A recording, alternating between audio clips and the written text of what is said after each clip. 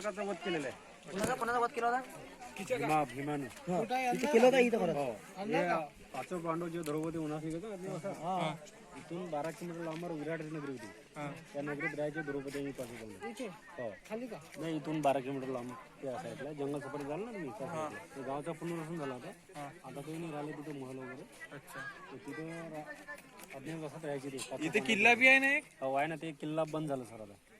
ते tiger project मध्ये गेला म्हणून बंद केली. कीचक राक्षस जो आहे ना विराट साला होता सर.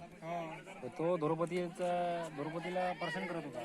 म्हणजे भीमाचं आणि कीचक राक्षसाची युद्ध सुरू झालं. युद्ध करता करता 12 किलोमीटर लांबवरून इथपर्यंत आलं. इथून भीमाने कीचकाचा वध करून दरी फेकून दिला मारे. तर मग धबधब्याच्या वरती नदी आहे, नदीत पाणी फाटलेलं कुंड आहे असं याच्यावर. त्या कुंडात भीमानं रक्ताच्या हातातली आंघोळ केली म्हणून त्या कुंडाचं नाव भीमकुंड आवडलं. आणि दरीचं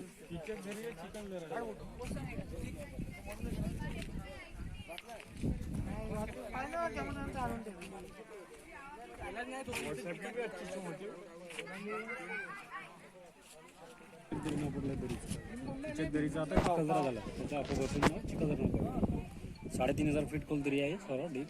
आणि 4-5 झरणे असतात पावसाळ्यात. आता खूप मोठा झरणं असतो. 1, 2, 3, 4 दिसतात ना व्हाईट व्हाईट. पूर्ण पाणी पडत राहतं झरणं. पावसाळ्यात 1 नंबर दिसतो. आणि उडी मारू शकतो. ढगाळ वातावरण मग खाली येऊन जातो, पण ढगं राहतात. ढगामध्येच राहतो, काही दिसत नाही.